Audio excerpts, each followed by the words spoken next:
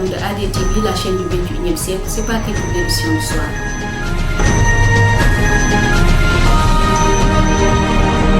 L'actualité de ce vendredi, renversement d'un bus à Koungheul dans le département de Kaffrine. Le bilan s'alourdit à 14 morts. Vous aurez les détails dans ce journal. Et puis, rapport OFNAC 2022, Serigne Bassirou Gueye transmet 9 dossiers au procureur des tribunaux de grande instance de Dakar. Les détails à suivre dans ce journal. Brésil, le Sénégalais Talla Mbaye décède d'une chute du 6e étage suite à une intervention policière. Et enfin, l'actualité internationale au Burkina Faso, BBC et Voice of America suspendu pour 2 semaines. C'était tout pour les titres. Le développement, c'est dans un instant. Bonsoir à toutes et à tous. Accident survenu à Koungheul dans le département de Kaffrine.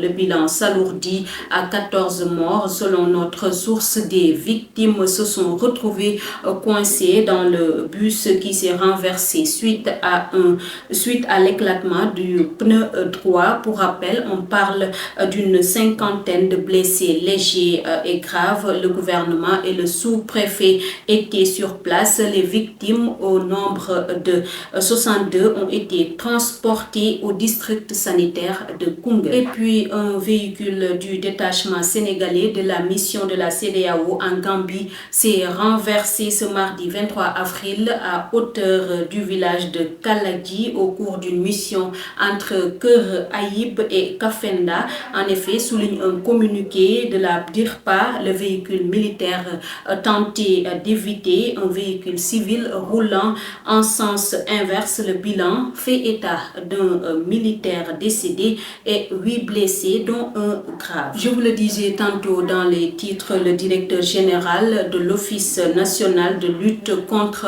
la corruption, OFNAC, Serigne Bassirou Gueye, a décidé de transmettre au procureur des tribunaux de grande instance 9 dossiers issus du rapport 2022 de son institution.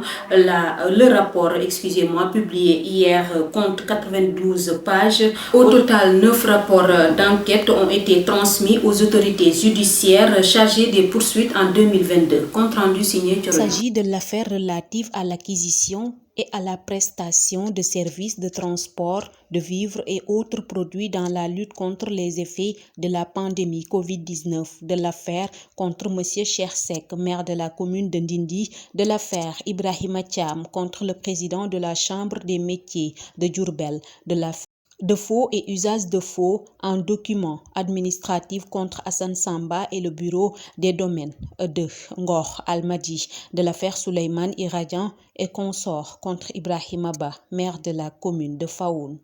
Pour cette affaire, l'OFNAC a décidé de transmettre le rapport d'enquête au procureur de la République près le tribunal de grande instance de Sédhiou de l'affaire relative à des faits de corruption et de vente illicite de terrain contre M. Donatien Kanfani, de l'affaire Serigne Modou Awa Balla, détournement de deniers publics, de faux et usage de faux, d'occupation contre le maire de la commune de Pekes et de l'affaire de détournement sans droit ni titre de comptable de faits et de faute de gestion contre le sieur Mamadou Sow, maire de la commune de Gandé. Le conflit entre les agents de TSA et leur direction s'enlise après 4 jours de grève. Le collègue représentant des travailleurs de la société de sûreté a rencontré ce jeudi le député Guy Marius Sagna pour lui soumettre ses préoccupations. Isabelle Bampoki nous en dit plus. La délégation reçue par le parlementaire lui a exposé l'intégralité de son cahier de revendications. Pour rappel, les employés de Teranga Sûreté Aéroportuaire, une société de sûreté établie à l'aéroport international Blaise Diagne, ont arboré des brassards rouges depuis lundi dernier. Ils ont haussé le ton contre la hiérarchie à cause de promesses non tenues, des accords non respectés et des conditions de travail pénibles et insoutenables. Hier, ces travailleurs étaient devant les locaux de l'inspection du travail de Thiès pour y déposer leurs lettres de revendication. Le collègue a décidé de poursuivre son combat et de confier sa plaidoirie au député Guy Marius Sagna, un représentant du peuple qui peut porter sa voix devant le parlementaire. Les agents de sûreté fustigent en premier l'indifférence de l'employeur face à toutes leurs interpellations avant de détailler les différents points de discorde. Une tragédie secoue la communauté sénégalaise au Brésil suite à la mort de Mortala Mbaye lors d'une perquisition policière à Sao Paulo. Originaire de Touba et âgé d'une trentaine d'années, Mbaye aurait trouvé la mort après une chute du 6e étage, selon les informations rapportées par ses compatriotes vivant au Brésil. El Hadji Ndiaye et ses camarades accusent les policiers d'avoir tué Mbaye et d'avoir simulé un suicide jetant son corps à haut de l'immeuble. Isabelle Bampoki nous en dit plus. Mbaye, un Sénégalais de 38 ans, est décédé ce mardi au Brésil. D'après les réseaux sociaux, il est tombé du 6e étage d'un immeuble lors d'une action policière dans le bâtiment où il vivait, dans le centre de Sao Paulo, raconte le témoin.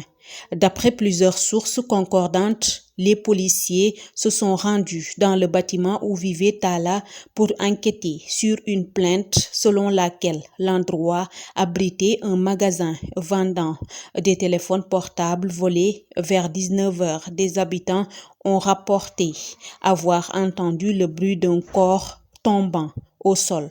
Selon des témoins, la chute s'est produite alors que les policiers se trouvaient dans le même appartement que le Sénégalais. Une grande manifestation de Sénégalais soutenue par des Brésiliens. Et enfin, au Burkina Faso, les radios britanniques et américaines BBC et Voice of America, VOA, sont suspendues pour 2 semaines au Burkina Faso pour avoir diffusé un rapport de Women Rights Watch accusant l'armée d'exactions sur des civils, a annoncé jeudi soir l'autorité de la communiqué burkinabé. Isabelle Bampoki nous en dit plus. Le Conseil supérieur de la communication a décidé de la suspension des programmes de 2 radios internationales, BBC et VOA, émettant à Ouagadougou pour une durée de 2 semaines, à compter de la notification de la dite décision, indique-t-il dans un communiqué. Il justifie cette décision par la diffusion jeudi sur les ondes et les plateformes numériques de BBC Afrique et de VOA d'un article accusant l'armée burkinabé d'exactions sur des populations civiles. Le CSC affirme avoir décelé dans le contenu du dit article d'énormes déclarations péremptoires et tendancieuses contre l'armée burkinabé sans éléments de preuve tangibles, d'autant plus que le même article invite à une enquête indépendante. Merci beaucoup Isabelle Bampoki. Merci chers téléspectateurs de la ADTV, la chaîne du 21e siècle, de nous avoir suivis et excellente fin de soirée.